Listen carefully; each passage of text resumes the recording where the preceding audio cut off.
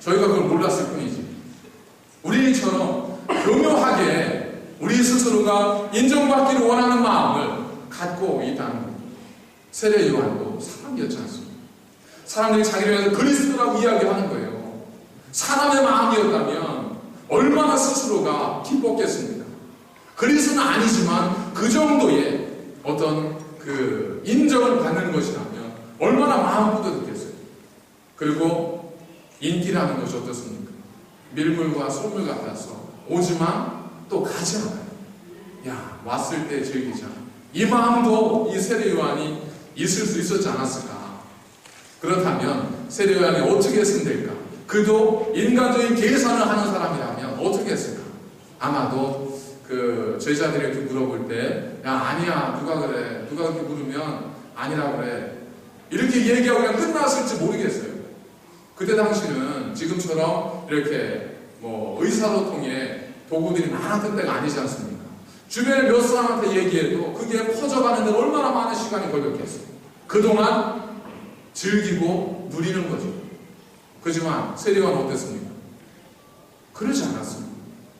성경에 보니까 사람들이 꼭 그가 그리스도이신가 심중에 생각하더니, 어디로 생각했다고요?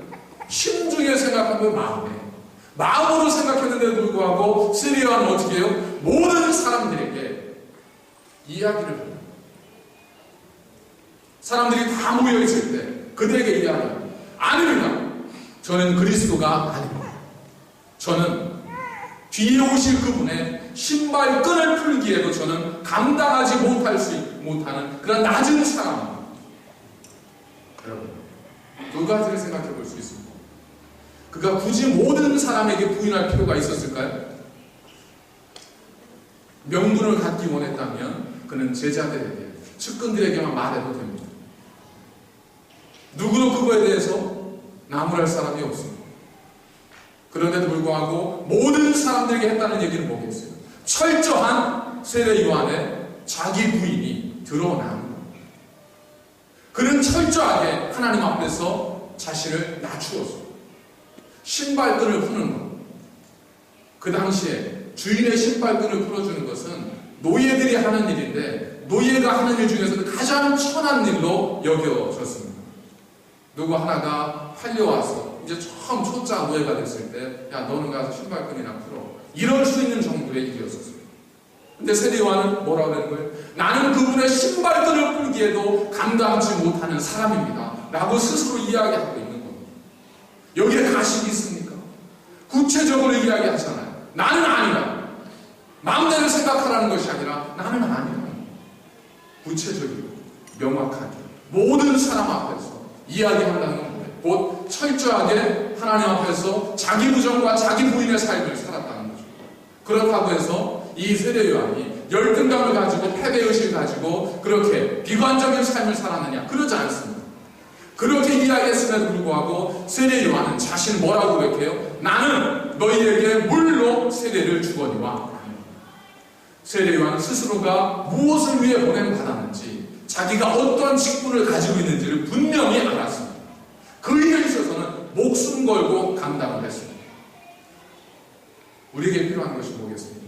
주님의 주신 사명, 그것을 지키는 것은 내 목숨을 바치되, 그러지 않은 것에 대해서는 우리가 목숨 걸고 우리 자신을 내려놓을 수 있어야 한다. 때로 살아가다 보면 우리가 좀 높아질 때가 있습니다. 좀 높임받을 때가 있잖아요. 근데 내가 했던 것보다 더 과하게 높임받는 경우도 있고요. 우리가 했던 것보다 더 굉장히 크게 높임받는 경우도 있습니다. 어제 저희 음악회를 했는데 정말 너무 아름다운 이러한 음악회였었습니다. 정말 사람들이 너무 감동을 받고 눈물 흘리는 분도 있고 막 이랬어요. 근데 저희들이 얘기가 무슨 얘기인지 알아요. 근데 이제 정말 노래를 부르신 분들, 함께 참여하신 분들은 더 진심으로 받지 않습니까? 틀린 말은 아닌데 정말 그런 감동을 받았는데, 일단 받아들이는 사람은 해주는 사람이 하는 얘기에 한 반 정도만 믿어야 돼요. 근데 받는 사람이 해준 것보다 더 믿지 않습니까?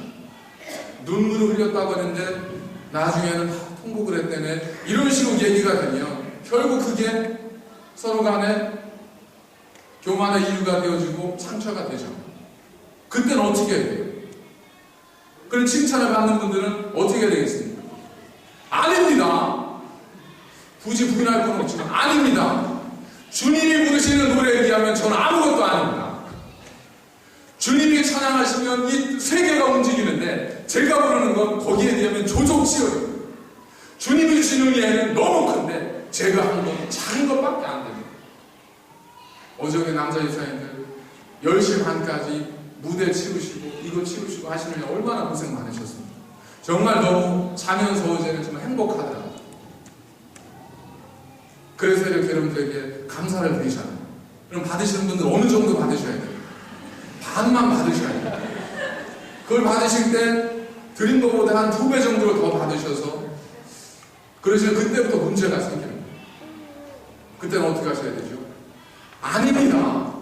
제가 비록 수고를 했지만 하나님이 제게 주신 은혜에 비하면 제가 한 것은 아무것도 아닙니다.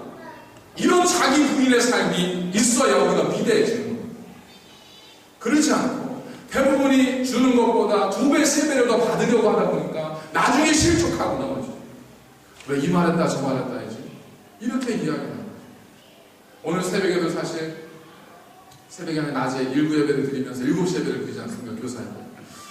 사실 이제 집에서 나오면서도 참 걱정이 됐어요. 어제 많은 분들이 10시 반까지 그냥 수고하고 주방에서도 얼마나 봉사 많이 해주셨습니까? 그래서 우리 교사들이 피곤하셔서 과연 나올 수 있겠나. 김지훈 목사님이야 재누씨 때문에 나올 수밖에 없을 테니까 혹시 둘이 나오면 둘이 붙잡고 기도하고 그리고 아침이나 맛있게 먹어야 되겠다 하고 딱 나왔어요. 그리고 예배를 나왔는데 나오실 분들은 다 나오셨습니다. 자, 그래서 안 나오는 건 평범한 겁니다. 많은 사람들이 따라가는 또 패턴 오브 디스 월드. 그러나 그럼에도 불구하고 우리가 할 수 있는 건 오직 하나님의 뜻을 따르고 하나님의 사랑과 그 믿음 안의 사람들이 할 수 있는 일이지 않습니까? 이것이 세례 요한의 위대함이었다. 제가 비유를 하기 위해서 이렇게 말씀을 드렸지, 저는 정말 어제 참여해 주셨던 모든 분들, 출연자들, 또 수고해주신 모든 분들 때문에 정말 밤에 잘 때 기쁘게 웃으면서 행복함을 느끼면서 잠에 들었습니다. 너무 깊이 감사를 드립니다. 너무 수고하셨고요. 너무 감사를 드립니다. 하지만 우리가 모든 것에 있어서 받는 자는 세례 요한처럼 이와 같은 마음으로 우리가 받아들이지 않으면 언제고 넘어지고 쓰러질 수밖에 없습니다. 사울이 왜 넘어졌죠? 혼자 나가서 싸울 때는 사람들이 당신이 최고입니다. 당신은 천천입니다. 이랬다고요. 다윗이 등장합니다. 사람들이 뭐라고 하죠? 사울은 천천히요, 다윗은 만만입니다. 그래요. 그러니까 그때부터 쓰러지고 넘어지지 않습니다. 왜 제가 나보다 더 높아? 여기에서부터 이제 자족하다, 여기에서부터 교만하다 보면 이제 쓰러지는 거죠. 위대하게 되어질 사람이, 더 높아질 사람이 거기에서 무너지고 말면서 비참한 최후를 맞이하는 거예요.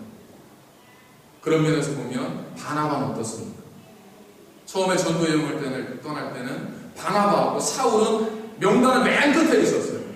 그런데 2차 여행부터는 바울이 앞으로 오고 바나바는 등장도 하지 않습니다. 아니, 그 뒤에 등장을 하게 되죠. 그 이름 뒤에. 그러나서 바나바가 그걸 기쁨으로 받아들이면서 이 사울을, 바울을 높여주잖아요. 우리가 바나바를 어떤 인물로 기억합니까? 그런 위대한 인물로 기억하는 이유는 다른 것에 바로 이 바나바에게도 요한과도 같이 계산적인 신앙이 아니라 오직 하나님의 뜻 가운데서는 믿음의 신앙을 가졌기 때문이지 않습니까? 세 번째로 이 요한은 사람의 영광보다 하나님의 영광을 구하는 사람이었습니다. 요즘 인터넷이 발달하면서 인터넷에 대해서 열전이, 설전이 벌어지지 않습니다. 이제 되로 주면 말로 받는 세상이 됐잖아요. 예전에는 만날 수가 없어서 정말 말로 주고 싶어도, 가만히로 주고 싶어도 못 드렸지만 이제는 인터넷을 통해서 얼마든 줄 수 있잖아요. 한마디 받으면 10마디 늘 수 있습니다. 그러니까 어떻게 하죠? 되로 주고 말로 받는 겁니다. 엄청난 열전이 벌어지죠. 대부분 누구에게죠? 자기와 대척점에 서 있는 사람이 정말 하나 싫은 소리 들으면 10마디를 쏟아붓습니다. 그 10마디가 100마디가 돼서 오죠. 서로 살인이 벌어지는 거죠. 언어적 살인 벌어지는 겁니다. 우리는 그렇게 나와 생각이 다르고 나와 뜻이 다른 사람에게는 이처럼 정말 비판, 권면을 가장한 비난과 정죄를 얼마든지 쏟아낼 수 있습니다. 그런데 그 관계가 좀 가까워지면 좀 다르죠. 그 관계가 좀 가까워지면 정말 그렇게 권면을 드리고 싶어도 그럴 수가 없는 거예요. 그러기가 쉽지 않은 겁니다. 왜요? 그 관계가 있거든요. 이 관계가 좀 끼어질 수도 있고 혹 서운하게 생각할 수도 있고 이런 여러 가지를 생각하지 않을 수 없잖아요. 그렇기 때문에 우리가 하고 싶어도 말하고 싶어도 말하지 않습니다. 여러분 교회 안에서요. 서로가 서로가 하고 싶은 말이 너무 많습니다. 근데 안 하는 거예요. 왜?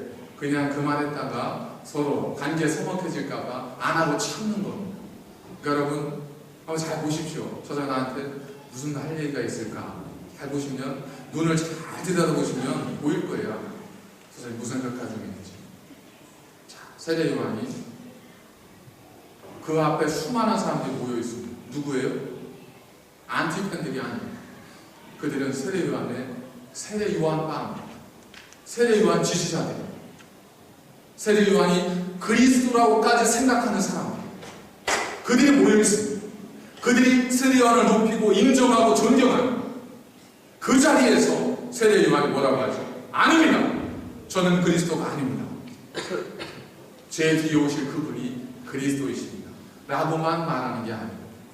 그는 또한 이렇게 말을 해갑니다. 여러분, 그리스도께서는 손에 키를 들고 자기의 타작마장을 정하게 하사 알고 공모와 곳간에 드리고 쭉정이는 꺼지지 않는 불에 태우실 것입니다.